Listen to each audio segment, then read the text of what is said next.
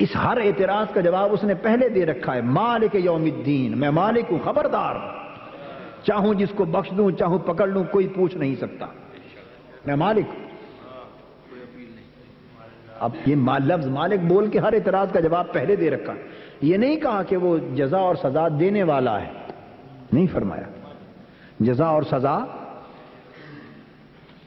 سزا دینے والا، یہ نہیں فرمایا، فرمایا جزا اور سزا کا مالک ہوں، جزا اور سزا کا دینا اور شے ہے، مالک ہونا اور شے ہے۔ مالک مالک ہوتا ہے، چاہے تو پکڑ کے جنت میں ڈال دے، چاہے تو اندر سے نکال کے باہر پھینک، مالک، کوئی پوچھ نہیں سکتا اس سے، کوئی گرفت نہیں کر سکتا، کوئی سوال نہیں کر سکتا۔ اب بات کو سمجھ گیا نا، وہ مالک، اس لیے فرمایا محبوب ما تريد ان اصنع بامتک، بول پیارے ارادہ کیا ہے تیرا؟ آج تو کہہ، یہی کہا تھا نا، وہ شعر کیا تھا، تو منگدا جاویں میں دیندا ویساں، ہاں اے وعدہ ہویا ہے لا مکان، تو منگدا جاویں میں دیندا جیسا، اے وعدہ ہویا ہے لا مکان۔ یہاں مانگنے کی نوبت بھی نہیں آئی، حضور نے تو ابھی مانگا ہی نہیں، خود بخود اللہ نے پوچھ لیا محبوب بول، جو کہتا ہے ویسے ہی کر دیتے ہیں۔ تو حضور علیہ السلام فرماتے ہیں کہ میں اللہ کی بارگاہ میں عرض کروں گا، فاقول، میں عرض کروں گا مولا اجل حسابہ۔ حضور نے بھی شروع میں حق شفاعت استعمال نہیں فرما رہے، محفوظ رکھا ہوا ہے، آپ سمجھے نا، قربان جائے آقا آپ کی شان، ابھی محفوظ رکھا ہوا ہے، شروع سے استعمال نہیں کر رہے، ابھی کیوں استعمال کریں؟ اب مولا اپنا حساب کتاب کر لے، میں اپنا حساب بعد میں شروع کروں گا۔ سبحان اللہ سبحان اللہ، پہلے عرض کیا اجل حساب، شفاعت کی بات نہیں کی، شفاعت کی بات، تو میں مولا اپنا حساب جو کرنا ہے وہ کر، اور ذرا جلدی کر، اتنی درخواست ہے، تو جان تیری قیامت جانے اور تیری قیامت کے 50,000 سال جانے، بس میری امت کو جلدی فارغ کر۔ مجھے پتا ہے 50,000 سال کی قیامت ہے، مگر میری امت کو، کسی کی عام آدمی کی جرت ہے کوئی عام عدالت میں کہہ سکے جی ذرا میرا مقدمہ جلدی ختم کرو؟ ہے جرت کسی کی؟ عام عدالت میں ایک عام سول جج ہو نا، تیسرے درجے کا سول جج، 3rd کلاس کا، اس کی عدالت میں کوئی جس کا مقدمہ ہو، خواہ اپنا خواہ اس کے کسی موکل کا، وہ نہیں کہہ سکتا جی ذرا آپ کی عدالت تو 2 بجے تک چلے گی، مجھے جلدی ہے، جلدی فارغ کر دیں۔ اتنی بات کہے کنٹیمپٹ آف کورٹ لگا کے اندر کر دے گا۔ تمہیں عدالت میں جج کے سامنے بات کرنے کی تمیز نہیں؟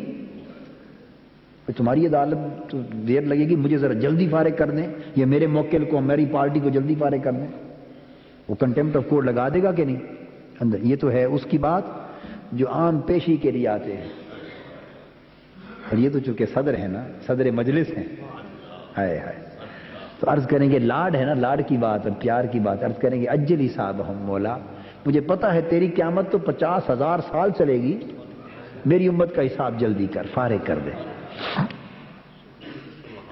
فَيُدْعَى بِهِمْ فَيُحَاسَبُونَ، پر جب حضور عرض کریں گے اللہ پاک کی بارگاہ میں، تو حدیث پاک میں آتا ہے پھر ان کی حضور کی امت کو آواز دی جائے گی، آؤ میرے پیارے محمد کی امت آ جائے صلی اللہ علیہ وسلم، حضور کی امت کو بلا لیا جائے گا اور ان کا حساب و کتاب کر دیا جائے گا، فوری نپٹا دیا جائے گا۔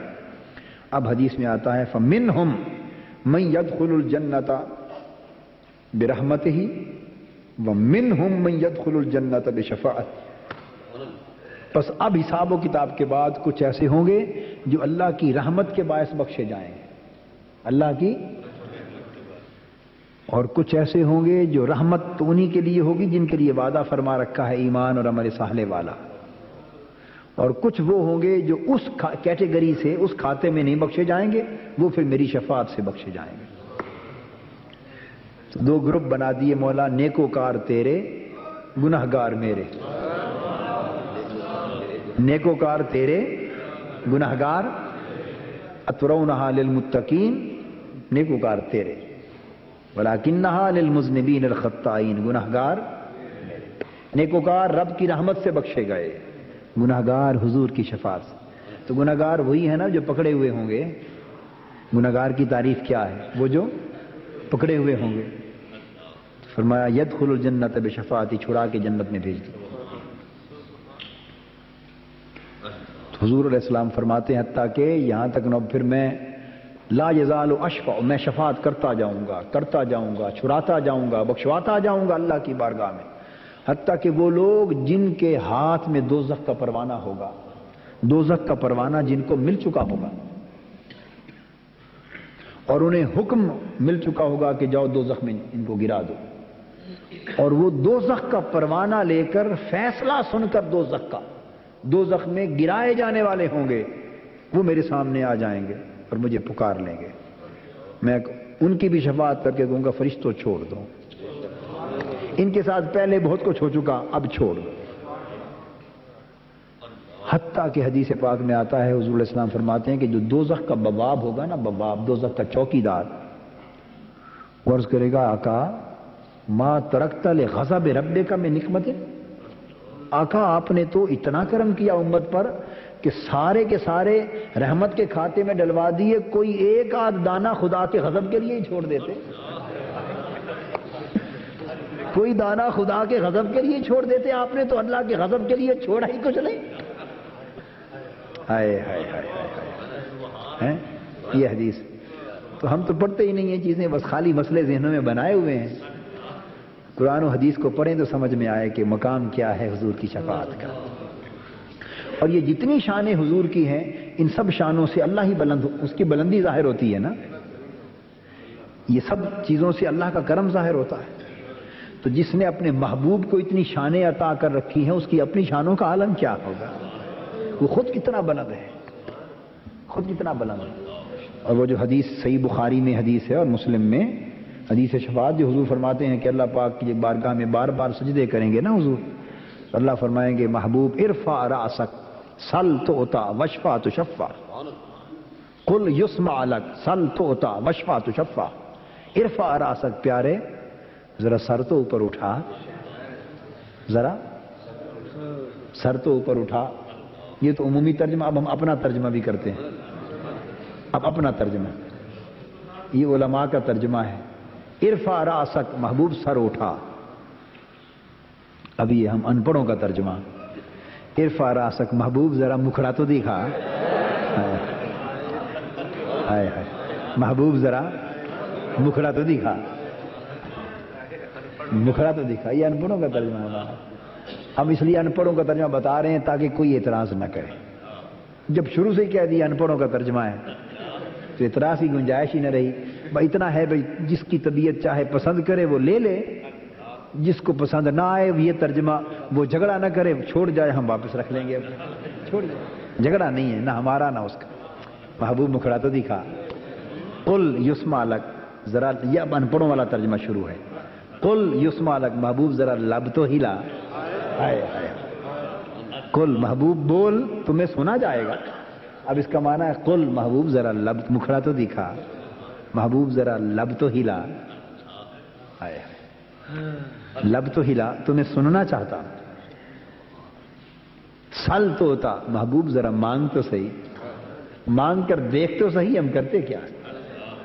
تو ہوتا وشفع تو شفع، محبوب ان پکڑے ہوں کے لیے سفارش تو کر، دیکھ سارے نہ چھوڑ دوں تو. ہائے ہائے ہائے ہائے ہائے ہائے، وشفع تو شفع، محبوب یہ جو پکڑے ہوئے ذرا سفارش تو کر میرے پیارے، پھر دیکھ ذرا ہوتا کیا ہے. ہائے ہائے ہائے. تو حضور پھر سجدہ کریں گے، اللہ پاک امتی امتی کہہ کے سجدہ ریز ہوں گے، اللہ اٹھائیں گے سجدے سے اور فرمائیں گے محبوب فانطلق فاخرج من النار من کان فی قلبہ مثقال حبۃ من ایمان. اس طرح پھر 4 بار سجدے ہوں گے اور ہر بار ارشاد ہوگا. اور الفاظ یہ ہیں، یہ تو تھا نا پکڑے ہوئوں کو چھڑانا، یہاں تو معاملہ بخاری شریف میں اس سے بھی بہت آگے چلا گیا. یہ تو جو دوزخ میں جل رہے ہیں، دوزخ میں جل رہے ہیں، حکم ہوگا محبوب خود جا، خود جا، فاخرج من النار، جس جس کے دل میں ایمان کا ذرہ بھی ہے اور دوزخ میں جل رہا ہے، محبوب اپنے ہاتھوں سے نکال کے جنت میں ڈال دے، اپنے ہاتھوں سے نکال کے جنت میں ڈال دے۔ فرماتے ہیں فانطلق فافعل، میں جاؤں گا اور اپنے ہاتھوں سے دوزخ سے نکال کے جنت میں ڈال کے آؤں، پھر سجدہ کر لوں گا۔ باری تعالیٰ فرمائیں گے محبوب اب کیا معاملہ، اپنے ہاتھوں سے تو سارے کو نکال کے ڈال کے آیا، اب پھر سجدہ؟ پھر وہی جملے محبوب ذرا مکھڑا تو دکھا، ہائے ہائے، بار بار وہی باتیں۔ تو وہ پھر حضور عرض کریں کہ باری تعالیٰ وہ پہلے جن کو نکال کے آیا ہوں ان کے لیے تو نے شرط لگا دی تھی کہ جن کے دل میں دانے برابر ایمان ہے نا ان کو ڈال کے آ، تو میں تو حکم کا پابند تھا، اب وہ دانے برابر ایمان والوں کو تو جنت میں ڈال کے آیا ہوں، کچھ ایسے بھی ہیں جن کے اندر ایمان ہے مگر دانے سے کم ہے اور ہے میرے امتی۔ فرمائیں گے محبوب میں تو پہلے بتا چکا ہوں کہ میں مالک ہوں، مجھے کون پوچھنے والا ہے، تو جا فخرج، پھر اپنے ہاتھوں سے جن کے دل میں ایک ذرہ برابر بھی ایمان ہے نا، دانا تو دور کی بات ہے، ایک ذرہ برابر بھی ایمان ہے، محبوب جا فخرج من النار، ان کو بھی جا کے دوزخ سے نکال جنت میں ڈال دے۔ پکڑے خدا نے تھے، دوزخ میں خدا نے ڈالے تھے، ہائے ہائے، جا ڈال دے۔ حضور فرماتے ہیں کہ میں جا کے فانطلق فافعل، پھر جا کے کر کے آؤں گا، پھر سجدے میں گر جاؤں گا۔ اللہ پاک پوچھے گا محبوب اب پھر سجدہ؟ آئے یہ معاملے ہی جدا ہیں محب اور محبوب کے۔ ایک ہی سجدے سے سارا معاملہ طے ہو سکتا تھا نا، ایک ہی سجدے سے ہو سکتا ہے نا، مگر ادھر سجدہ کرنے میں لذت ہے، مزہ ہے، ادھر ہر بار یہ کہنے میں کہ محبوب ذرا مکھڑا دکھا، اس میں مزہ ہے۔ یہ راز و نیاز کے معاملے ہیں، وہی جانے۔ وہ جیسے کیا شب معراج ایک ہی بار معاملہ چکایا جا سکتا تھا، مگر بار بار تھوڑے تھوڑے نمازیں معاف کر کے بھیجا جا رہا ہے، پھر بلایا جا رہا ہے، محبوب تو بار بار آتا جا اور بخشواتا جا، میں تمہیں تکتا کروں، میں تمہیں دیکھا کروں، تو مجھے دیکھا جائے، میں تمہیں دیکھا کروں، تو مجھے تکتا رہے۔ آیا تو پھر حضور فرماتے ہیں کہ اللہ پاک فرمائیں گے محبوب کوئی بات نہیں، اب پھر سجدہ؟ میں عرض کروں گا باری تعالیٰ اب دوسری بار جن کو نکال کے آیا ہوں یہ وہ لوگ تھے جن کے اندر ایک رائی کے دانے برابر ایمان تھا، رائی کے برابر ایمان تھا۔ اب یہ بھی تو ایک حد ہی ہے نا، کچھ ایسے بھی ہیں جن کے اندر ایمان ہے مگر رائی کے دانے سے بھی کم ہے، دل چاہتا ان کو بھی بخشوا چھڑا لوں۔ اللہ پاک فرمائیں گے محبوب پھر اس طرح کر، فاخرج فانطلق فاخرج من النار من کان فی قلبہ ادنا ادنا ادنا مثقال ذرۃ خردل من الایمان۔ محبوب جا پھر جن کے دل میں ایک رائی کے دانے کے برابر نہیں، اس سے بھی کم، اس سے بھی کم، اس سے بھی کم کسی ایمان کی علامت یا اس کا کوئی سایہ بھی ہے تو محبوب جا ان کو بھی جنت میں ڈال دے، اخرج خود جا کے جنت میں ڈال دے، خود جا کے جنت میں ڈال دے۔ یہ صحیح بخاری شریف کی آخری کتاب ہے، کتاب التوحید، اس کی حدیث، ان کو بھی جنت میں ڈال دے۔ یہاں میں سوچا کرتا ہوں کہ اللہ پاک جو بھی تو فرما سکتے تھے نا کہ محبوب اچھا جن جن کو تو کہتا جائے گا میں بخشتا جاتا ہوں، وعدہ ہو گیا بخش دیا، کہہ سکتے تھے۔ اللہ پاک فرما سکتے تھے اچھا فرشتوں میرے محبوب نے ان کی بخشش کے لیے سفارش کی ہے، انہیں دوزخ سے نکال کے جنت میں ڈال دو، اللہ کہہ سکتا تھا۔ اللہ پاک فرما سکتا تھا اچھا میرے محبوب نے ان کے لیے شفاعت کی ہے، اچھا بھئی اس کیٹیگری کے جو دوزخ میں جلنے والے مومن ہیں وہ سب نکل کے جنت میں چلے جاؤ۔ 100 صورتیں ہیں، براہ راست بخشا جا سکتا تھا نا، مگر ہر بار یہ کہنا کہ محبوب خود جا دوزخ سے نکال کے جنت میں ڈال، اس کی حکمت کیا ہے؟ ہر بار خود نکلوا کے اپنے ہاتھوں سے ڈالنا، اس کی حکمت کیا ہے؟ حکمت یہ ہے کہ بخشے تو پھر بھی جاتے، مقصود بخشش تو ہے ہی نہیں، مقصود ان کی بخشش نہیں ہے، مقصود تو یار کو راضی کرنا ہے۔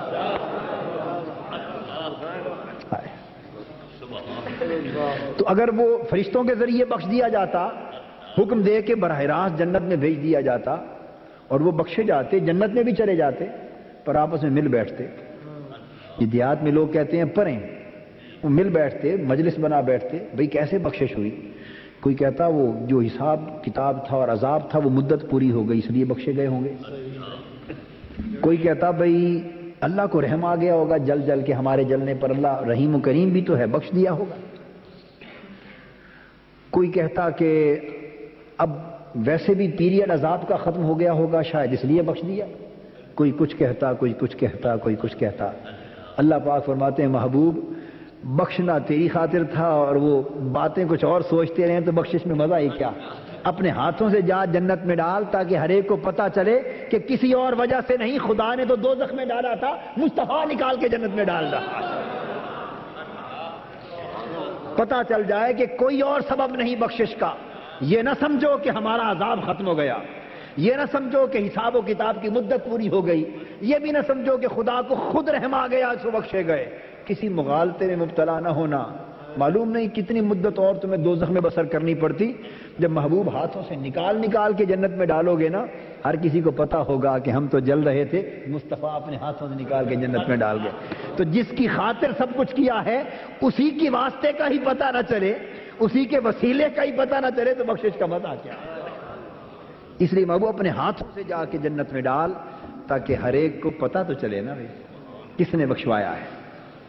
ہم تو پکڑے ہوئے تھے، کس نے چھڑایا ہے پتہ تو چلے نا۔ اس لیے محبوب خود جا کے جنت میں ڈال۔ اور آقا فرماتے ہیں جا کے ڈال آؤں گا تیسری بار اور اس کے بعد چوتھی بار پھر سجدے میں گر جاؤں۔ اللہ تعالیٰ فرمائیں گے محبوب اب بھی کچھ رہ گیا باقی، اب بھی کچھ رہ گیا؟ عرض کروں گا باری تعالیٰ اب بھی ایک حد قائم کر دی تھی آپ نے، بے شک فرمایا تھا ادنا ادنا ادنا، مگر چلو 3 اضافتے صحیح، یہ بھی حد ہی ہو گئی نا، 2 اضافتے اس کی آگے ہیں، 5 اضافتے صحیح پر ساری اضافتوں کے ساتھ حد ہی بنتی ہے، تو یہ بھی ایک حد ہی تھی بھئی چلو اس سے کم اس سے کم اس سے کم، کہ یہ ایسے بھی ہیں جو اس سے بھی کم ہیں۔ تو محبوب اب خود بتا اب چاہتا کیا ہے؟ محبوب اب خود بتا اب کیا چاہتا ہے؟ میں عرض کروں گا میرے مولا اب یہ چاہ رب اذن لی فی من قال لا الہ الا اللہ، میرے مولا اب یہ چاہتا ہوں کہ مجھے اذن دے دے کہ محبوب جس نے تیرا کلمہ پڑھ لیا وہ جنت میں گیا، یہ اذن دے دے۔ اب کب تک یہ سلسلہ چلتا رہے گا؟ بار بار سجدہ کروں تو اٹھاتا رہے، میں جنت میں جا کے ڈالتا رہوں، یہ سلسلہ کب تک چلتا رہے گا؟ اب اس کہانی کو ختم بھی کریں نا، اور ختم یہ ہوگی رب اذن لی فی من قال لا الہ الا اللہ، اور جس نے میرا کلمہ پڑھ لیا مولا وعدہ فرما اور حکم دے دے کہ جنت میں ڈال۔ اس پر اللہ پاک کی رحمت جوش میں آ جائے گی، ارشاد ہوگا محبوب فبعزتی وبجلالی وبعظمتی وبکبریائی من قال لا الہ الا اللہ دخل الجنہ۔ محبوب اب سن مجھے اپنی عزت کی قسم، اپنی جبروت کی قسم، اپنی عظمت کی قسم، اپنی کبریائی کی قسم، جس نے تیرا کلمہ پڑھ لیا جنت میں، جنت میں۔ اب اس کا معنی یہ نہ لے لیا جائے کہ پھر تو جس نے کلمہ پڑھ لیا وہ تو خواہ چوری کرے، بدماشی کرے، بدکاری کرے، ڈاکہ کرے، قتل و غارت کرے، وہ بخشا گیا، نہیں، یہ مغالطہ نہ ہو، اس لیے کہ حدیث خود واضح ہے، بتا رہی ہے کہ وہ کہاں سے نکال کے جائیں گے جنت میں ڈالیں گے؟ فاخرج من النار، کہاں سے؟ دوزخ میں سے نکال کے جنت میں ڈال۔ اس کا مطلب یہ ہے کہ جو کچھ اعمال اس دنیا میں کیے اس کے نتیجے میں دوزخ میں گئے، اپنا حساب و کتاب کیا۔ تو شفاعت یہی تو ہے کہ اپنے اعمال کی بنا پر پکڑے گئے، عذاب ملا، سزا ملی، دوزخ میں جل رہے تھے، حضور نے شفاعت کی تو پکڑے ہوئے چھوٹے گئے، چھوڑے گئے، جو پکڑے گئے تھے جو جل رہے تھے انہیں چھوڑ دیا گیا، یہ شفاعت۔ تو اہل ایمان کی شان یہ ہے کہ وہ بالآخر جنت میں جائیں گے، اپنے حساب کتاب میں سے گزر کر، بولیے، حساب و کتاب میں سے گزر کر بالآخر، اور کفار بالآخر بھی دوزخ میں رہیں گے، ان کے لیے خلود ہے، کفار کے لیے ہمیشگی ہے دوزخ کی، ہمیشگی ہے، اور ادھر بالآخر جنت میں جائیں گے، بالآخر جنت میں جائیں گے، اور مالک پھر بھی اللہ ہے، باروبار والے بھی ہیں، وہ پہلی حدیث جو سنائی ہے وہ باروں بار والے کے لیے تو ہے، جن کے ہاتھ میں پرچی ہوگی دوزخ کی تو وہیں سے حضور بھیج دیں گے، کیونکہ وہ اپنا حصہ قبر میں پا چکے ہوں گے۔ بھئی دیکھیے، قبر مرتے ہی قبر سے آخرت شروع ہو جاتی، مرتے ہی قبر سے آخرت، تو حساب و کتاب کا مرحلہ ایک قبر میں بھی ہے، کچھ وہ بھی پا چکے ہوں گے، کچھ وہ بھی پا چکے ہوں گے۔ مگر میں نے تو چونکہ لفظ مالک قرآن نے کہہ دیا نا مالک ہے، تو مالک پابند نہیں ہوتا، مالک پابند نہیں ہوتا، باقی ہر کوئی پابند ہوتا ہے، مالک پابند نہیں ہوتا۔ تو ضابطے تو عدل کے سارے یہ ہیں، اور اس کے فضل پر پابندی کوئی نہیں، جب چاہے جس سے چاہے جیسا چاہے کر۔ تو میں یہ عرض کر رہا تھا کہ یہ حضور علیہ الصلوۃ والسلام کی شفاعت کی شان ہے کہ جس کو بخشوا دیں گے حضور اللہ پاک بخش دے گا۔ تو یہ بات موضوع تو اور تھا، آج میں اسی پر ختم کرتا ہوں، میں اسی کی تھوڑی سی بات اور کر کے، اصل جو حدیث معاذ بن جبل رضی اللہ تعالیٰ عنہ کی چل رہی تھی،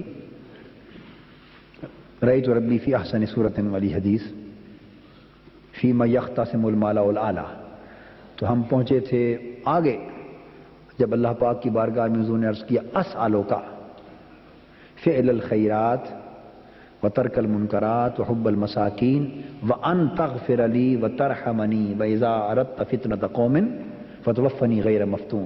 آج بات کرنی تھی ہم نے ان ترحمنی واذا اردت فتنۃ قوم فتوفنی غیر مفتون، اس پر ان تغفر لی تک بات ہم نے کر لی تھی، آج اس نقطے پر کرنی تھی، انشاءاللہ اگلی نشست میں کریں گے۔ اللہ بھلا کرے کسی دوست نے سوال پوچھ لیا، اس کے باعث اس موضوع پر گفتگو ہو گئی۔ یہ بات ہمیشہ ذہن میں رکھا کریں کہ حضور علیہ الصلوۃ والسلام کی شان کے مسئلے پہ کبھی دل کو اور ذہن کو تنگ نہ کیا کریں۔ ایک قاعدہ ذہن میں رکھیں، ایک قاعدہ آپ کو سمجھا دیتا ہوں، جب حضور کی شان کا معاملہ ہے سب تنگیاں پھینک دیا کریں اٹھا کر۔ حضور کی شان کے لیے کوئی تنگی نہیں، حضور کی شان کے لیے یہ ایک نقطہ اگر سمجھ میں آ جائے تو سب جھگڑے ختم ہو جائیں۔ بس حضور کو خدا نہ سمجھیں، جو کچھ یہودیوں اور عیسائیوں نے اپنے نبی کے بارے میں اعتقاد رکھا وہ اعتقاد نہ رکھیں، وہ اعتقاد نہ رکھیں، نہ خدا بنائیں، نہ خدا کا بیٹا بنائیں، نہ خدا کا شریک بنائیں، نہ ذات میں نہ صفات میں۔ خدا کا شریک نہ خدا بنائیں، نہ خدا کا شریک بنائیں، نہ ذات میں شریک بنائیں، نہ صفات میں شریک بنائیں، بس خدائی سے حضور کو پاک رکھیں، خدائی سے حضور کو، اور باقی ساری خدائی حضور کی ہے۔ ایک خدائی سے پاک رکھیں، باقی ساری خدائی حضور کی ہے۔ خدائی بمعنی مخلوق، وہ خدائی بمعنی الوہیت، تو خدائی کی شان حضور کی طرف منسوب نہ کریں۔ حضور اللہ کے برگزیدہ بندے ہیں، حضور کی شان ابدیت ہے، حضور کی شان بس ابدیت سے خارج نہ سمجھیں، یہ کفر ہے۔ ابدیت سے خارج، ابدیت کا فرق نہ مٹائیں۔ میں کہا کرتا ہوں ہمیشہ کہ اللہ اور حضور کے مابین جو فرق ابدیت ہے وہ نہ مٹائیں، یہ فرق ابدیت یعنی بندگی کا فرق نہ مٹایا کریں، یہ مٹانا، تو جس طرح بندگی اور ابدیت کا فرق مٹانا کفر ہے، اسی طرح اس فرق کے علاوہ کوئی اور فرق ڈالنا بھی کفر ہے۔ کوئی اور فرق، رب نے اس فرق کو رکھا باقی سب فرق مٹا دیے،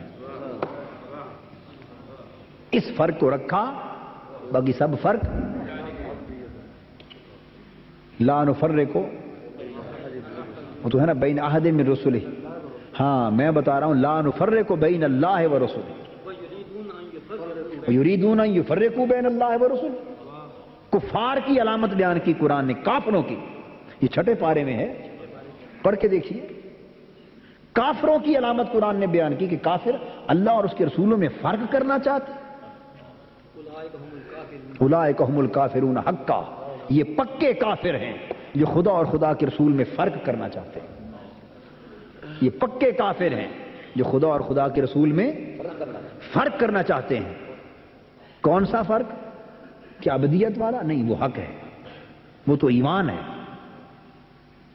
فَأَوْحَىٰ إِلَىٰ عَبْدِهِ مَا أَوْحَىٰ، وہ تو ایمان ہے، اس فرق پر ایمان رکھنا، اعتقاد رکھنا ایمان ہے۔ تو پتہ یہ چلا کہ فرق ابدیت کو ماننا تو ایمان ہے، بس اس کے علاوہ فرق ڈالنا کفر ہے، اس کے علاوہ فرق ڈالنا کفر ہے۔ تو حضور علیہ السلام کی شان کا جب بھی معاملہ آئے تو دل و دماغ کو تنگ، اور میں علامت بتاتا ہوں، اگر حضور کی شان کی بات ہو اور دل کھل جائے تو سمجھیں ایمان ہے۔ جتنی بھی شانیں بیان ہوں، جتنی بھی بیان ہوں، دل کھلتا چلا جائے، کھلتا چلا جائے، جس طرح کلی کھل جاتی ہے، غنچے چٹک کے کھل جاتے ہیں نا، دل کی کلیاں کھلتی چلی جائیں اور دل جذب کرتا چلا جائے، ذہن قبول کرتا چلا جائے، اندر فرحت پیدا ہوتی چلی جائے، ادھر حضور کے شان کے تذکرے ہوں، دل باغ باغ ہوتا چلا جائے، اللہ کی عزت کی قسم مبارک ہو تمہیں، سمجھو کہ ایمان ہے۔ اور اگر حضور کی شان جوں جوں بڑھتی چلی جائے، بیان میں ہوتی چلی جائے، محسوس کریں کہ دل تنگ ہو رہا ہے، گھبراہٹ ہو رہی ہے، بے چینی ہو رہی ہے، خطرات محسوس ہو رہے ہیں اور اضطراب محسوس ہو رہا ہے، میں آپ کو سچ بتا رہا ہوں کہ سمجھنے کے اندر منافقت ہے اور وہ کفر کی طرف لے جا رہی ہے۔ بس ہر شخص کو ایک کسوٹی دے دی، ایک پیمانہ دے دیا، ہر شخص اپنے اندر جھانک کر ایمان اور منافقت، ایمان اور کفر کا فیصلہ کر سکتا، نہ مجھ سے پوچھے نہ کسی اور سے پوچھے، کسی سے پوچھنے کی ضرورت نہیں ہے، ایک میں نے آپ کو پیمانہ اور معیار دے دیا ہے۔ بس حضور کا ذکر ہو تو جتنی زیادہ خوشی ہو، شان بیان ہو، جتنا دل باغ باغ ہو، جتنی فرحت ہو، جتنا چہرہ کھل جائے اور طبیعت جتنی مسرور ہو، سمجھے ایمان اتنا کامل ہے۔ اور جتنی گھٹن پیدا ہو اور جتنا بے چینی اور اضطراب ہو اور جتنی تنگی محسوس ہو، اللہ سے توبہ کریں، اللہ کی بارگاہ میں، سمجھیں کہ منافقت نے ڈیرا ڈالا ہوا ہے اور کفر کی اثرات ہیں اور نفاق اندر ہے۔ بس اگر منافقت نکل گئی تو حضور کی محبت سے اور حضور کے ذکر سے دل باغ باغ ہوں گے۔ یہ ایک علامت میں نے بتا دی آپ کو، یہ کیا ہے؟ علامت بتا دی۔ تو حضور علیہ الصلوۃ والسلام تو صحابہ کرام کو بھی ایسی علامتیں بیان فرمایا کرتے تھے اور صحابہ کرام بھی پہچان کرتے تھے۔ صحابی حضور کی محبت سے، حضور کی اہل بیت کی محبت سے، آل پاک کی محبت سے ایمان کو پہچانتے تھے۔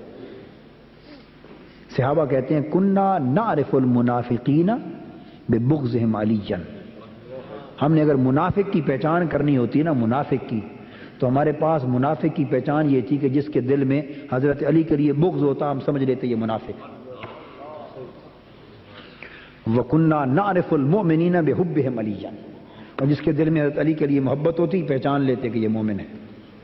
تو یہ محبت حضرت علی کے لیے کہاں سے چلی؟ اس کا سرچشمہ تو حضور کی ذات سے۔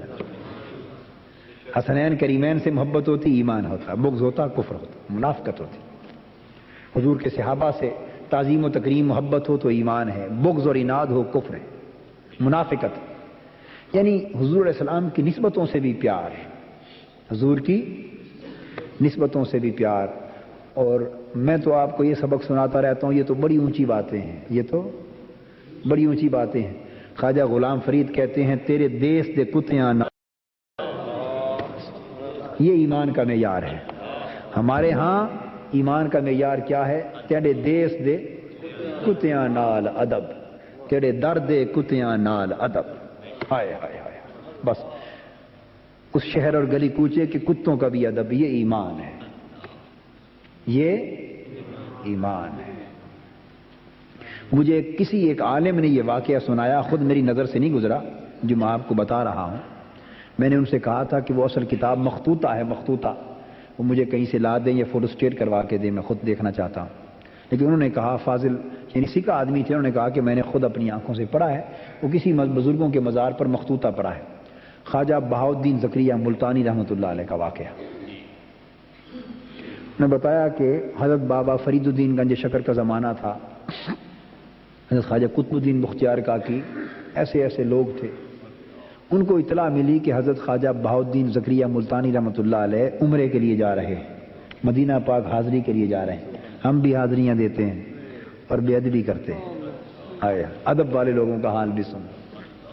ادب والے لوگوں کا حال بھی سن لو.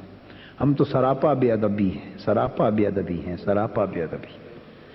اطلاع ملی کہ حضرت خواجہ بہاؤالدین زکریا ملتانی رحمۃ اللہ علیہ عمرے پر بارگاہ رسالت مآب صلی اللہ علیہ وسلم کی حاضری پر جا رہے ہیں.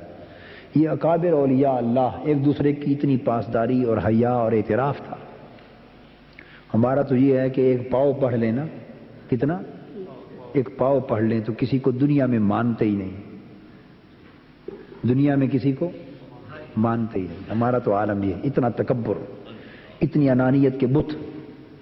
اور ان اللہ والوں کا حال کیا تھا کہ وہ سب اکٹھے ہوئے اور حضرت بہاؤالدین زکریا ملتانی رحمۃ اللہ علیہ کی خدمت میں گئے کہ ساتھ چلتے ہیں، اور مشورہ کیا کہ چلیں حضرت بہاؤالدین زکریا ملتانی کے ساتھ دیکھیں یہ مدینہ کس طرح حضور کی بارگاہ میں حاضری دیتے ہیں، کچھ حاضری کا سلیقہ ہمیں بھی آ جائے گا.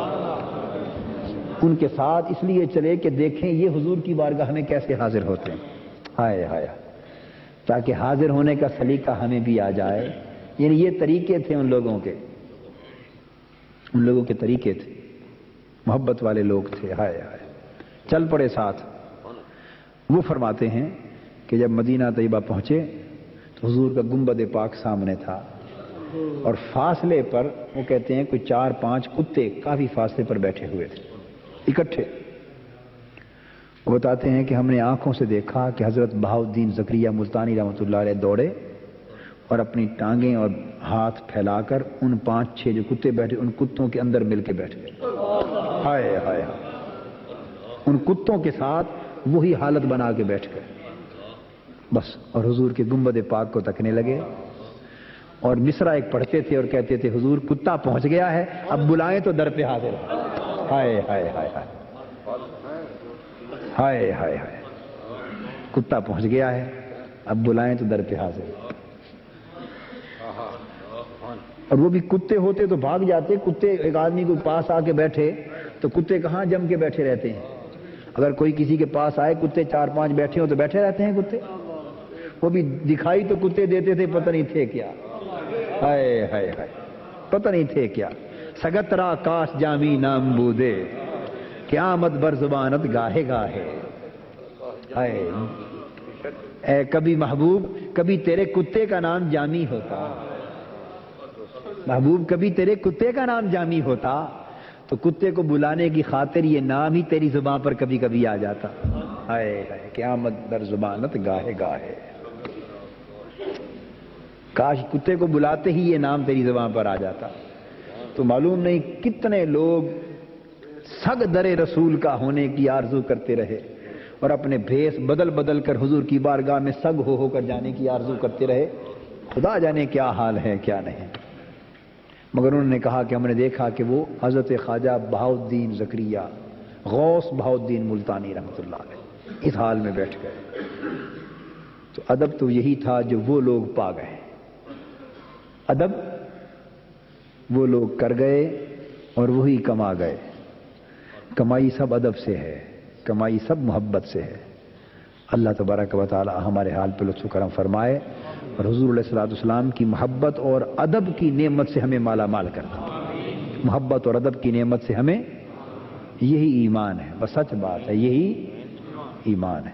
اللہ پاک اس ایمان کو سلامت رکھے. وما علینا الا البلاغ.